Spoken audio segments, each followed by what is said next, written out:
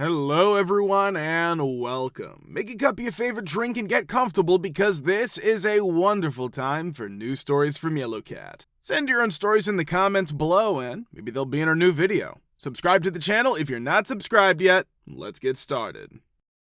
Folks who quit their jobs on day one, what happened? Part 4. It wasn't the first day, but the first week that a new manager was in charge. Manager M at a small gas station I worked at was great. In fact, I thought she was so great that I offered to work 14 days in a row, 8-hour shifts from 10 p.m. to 6 a.m. when we were short-staffed because another worker was hurt and had to go to the hospital. I still think Manager M is one of the best people I have ever worked for because she was so great. Area owner D, Manager M's boss, comes in one day and yells at her for not firing the employee who's currently in the hospital and for giving me extra work. Manager M is an effing angel for being so kind and calm about it. Well, after a week, Manager M is being sent to a failing gas station because she helps them get back on track, which is why she was at my place of business. She's replaced by Manager C, for C, who starts working right away and starts yelling at everyone. In her first 3 days, she gets into a fight with everyone, including a worker who was hospitalized and is no longer working. She yells at him for not learning fast enough and he quits. Very short on staff right now. As soon as the other overnight guy, Mr. A, for awesome, is attacked because he's black, not directly, but by watching the security footage, she clearly thought he was a criminal for no reason, he quits right away. I worked the morning shift with one other girl, a guy who had just been hired right before Manager M was moved, and the very patient assistant manager who had already called HR on Manager C. She hasn't fought with anyone else yet because I keep to myself and don't say anything. I have to work all 3 shifts one day because she makes me. It was a mistake. She told me, we all need to pull our weight. I told her I had already done that with Manager M. She right up in my face about 6 inches away and tells me I'm being rude. I tell her she can work the morning shift and I'll work 2 shifts. She schedules me from 10 p.m. to 2 p.m. and then back at 10 p.m. I couldn't take any days off and I had to work double shifts for 4 days in a row while she worked her regular shifts and everyone else worked doubles. New employee quits. Good morning, girl. Then I saw that I had to work from 10 p.m. to 2 p.m. Monday through Friday and then from 6 a.m. to 6 a.m. on Tuesday and Wednesday. When I said no, she verbally threatened to write me up and said I would be in trouble with the law. Oh, the irony. Like I said, I was done. As I walked away, she must have realized that you can't run a 24-hour gas station with just one worker, one assistant manager, and one manager. She changes her tone to a weak, no, please don't. I told her she was rude, made an illegal schedule, and threatened to sue me and write me up for not going along with that crazy 16 to 24-hour non-stop work schedule. I also told her I was still being paid barely above minimum wage and that the company schedule means you don't get all the overtime you're owed. Just looks at me like, the federal minimum wage the state minimum wage is 25 cents less than what I make, and that's the only reason I'm making that much. I work overnights. Left, went home, and slept for 16 hours. So area owner D hires people from all over the area to work at the store because the morning girl quit the next day, which meant the store was closed. After 6 months, all the new employees have quit, and the store has had to close several times. Finally, closes for good, the property is bought by a different company, and the store is turned into a gas station. Looks like Manager C was fired. Assistant manager got effed and laid off instead of transferred. Makes you think that something's wrong with the world. Getting hired to work on a new bar that was moving, but getting a complete makeover. The old bar was very popular, but it was moving. In the bars of 5-star hotels and high-end clubs where I used to work, the norm is making $300 a night in tips. Take a 3-day wine seminar and get paid for it. Things are looking good, except the owner's a jerk. My driver's license was expired and I was waiting to get paid so I could renew it. While I was waiting, he sent me to run errands and buy things without giving me any gas money. I told him I could get fined, but he didn't care. At the time, I was having trouble with money, so I said yes. In the seminar, he says he's only 36 years old, speaks 19 languages, and has traveled the world. I see what you mean. He said he had worked at the same hotel as me and said bad things about the German owners and managers when he read my resume. The place looks like a cafeteria on the opening night. The bar's made of bathroom tiles, and posters are stuck up on the walls without being framed. He comes up to me and asks, "What do you think of the place?" They should have told him right then that the place looked like a hospital cafeteria and left. But she lied and told him it was great. He put me on the S list right away because my voice didn't sound excited. So, a lot of people come in, the bar gets busy, and lots of beautiful women start coming in. I catch him staring at me while talking to the women, and I know what's gonna happen. I've worked in hospitality for years, and I can tell when a jerk wants to show off in front of customers. After 5 minutes, he walks into the bar with a bus pan, tells me to get wild on the floor and start busboying, picking up used glassware and trash from tables. Every server's tips go to the busboys, so if they're lucky, they get $20 to $30 at the end of their night since there were only 5 of them. That's not cool. I almost grabbed the tray, hit him over the head, and then left, so I guess I did what he told me to do. I told him that I didn't work at the best bars in town for 8 years just to have to start over at the bottom, which wasn't in my job description. He calls security and a few other employees over and gives me the finger. He tells me to either clean tables again or take off my uniform right then and there in front of all the customers and staff. I told him that I was close with my old German managers when we played soccer together.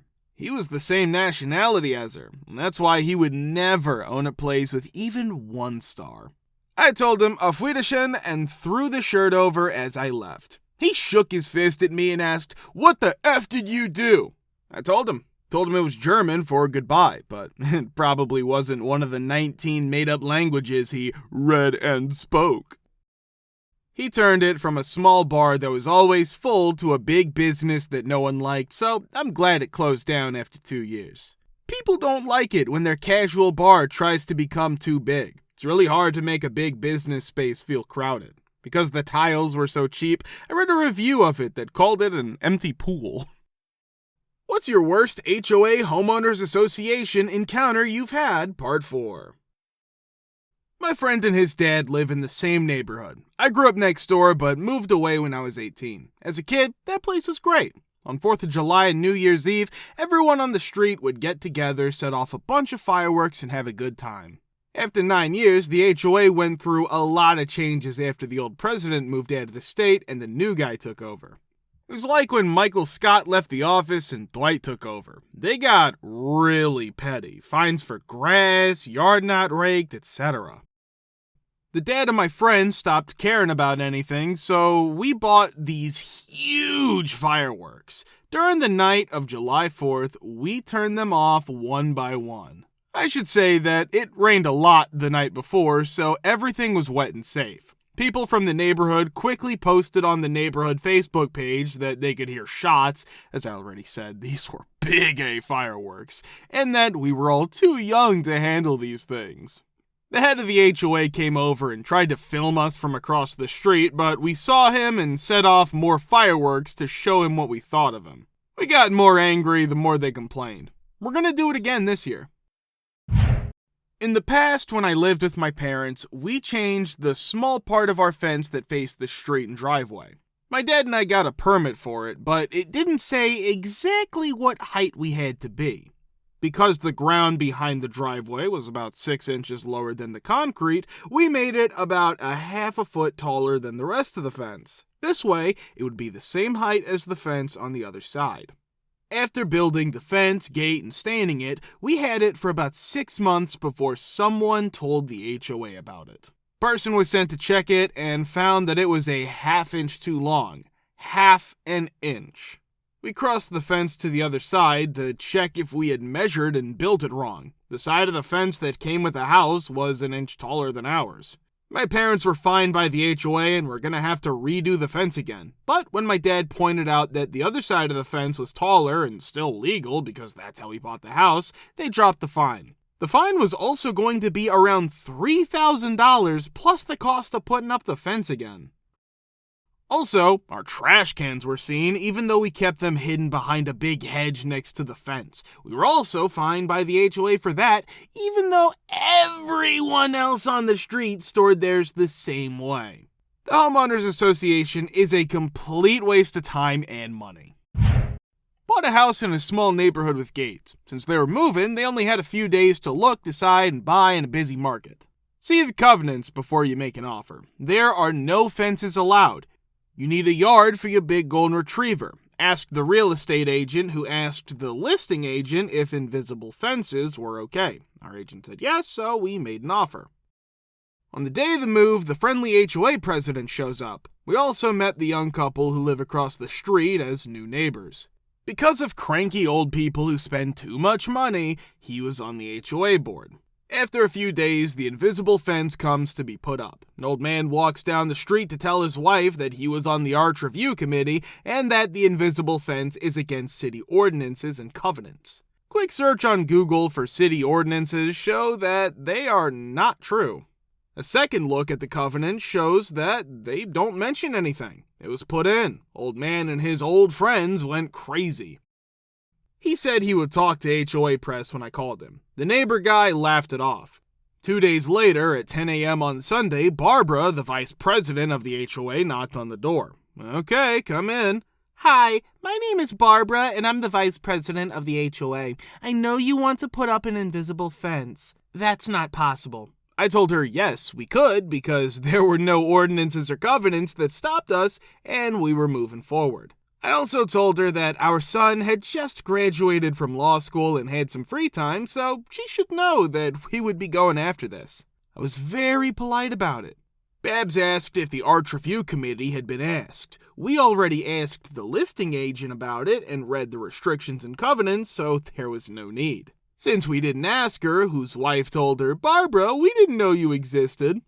When Babs leaves, she sends a mean email to the board about us.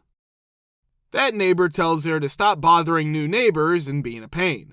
Then HOA Prez comes by and says he has votes for a meeting to clear things up, which sounds a lot like La Boca Vista. While he's here, Babs comes back with flowers to say she may have gotten off on the wrong foot, but is clearly not happy being president here. It looks like Babs took pictures of the invisible fence, flags at some point, and then walked around the hood. The vote's over, we're happy, and would have been no matter what. Now we're known as the fence people. These ambiguous letters were sent out by the HOA stating that they were going to implement a parking pass system. Should be noted that this was not a gated community and there was never a problem with parking. The letter was ignored by me because I thought it was ridiculous and the D office was only open from 9 in the morning until 1 in the afternoon. It seemed as though they were trying to avoid people who work for a living from bothering them. I awoke one morning for work at approximately 6 o'clock and both of my cars were nowhere to be found, simply mine as well. Even the cars of my neighbors were there. To my good fortune, my employer was generous and allowed me to take the day off in order to locate my vehicles. I walk out to the parking area and there's zero trace of the cars. They were both dreadful automobiles and I find it hard to believe that they were both stolen. I called the local police department, and they were kind enough to let me know that both of my vehicles had been towed in the middle of the night. The HOA is mother effy. Following my outburst and the payment of $200 to save both of my vehicles, everything's back to normal. When I go to the next town hall meeting, I notice that a lot of people have experienced something similar to this. It was even admitted by the board that they had implemented this policy in order to deal with certain squatters in particular. In the event that it was time for questions, I got up and proceeded to engage in those slimy Fs. I insisted on knowing how they could possibly justify towing both of my vehicles, what would have happened if I had been fired for missing work, how would I have been able to pay my rent, and why the H weren't there any warning notices. An attempt was made by the president to provide me with a response that was full of BS about how they attempted to avoid towing both cars, but I immediately interrupted him.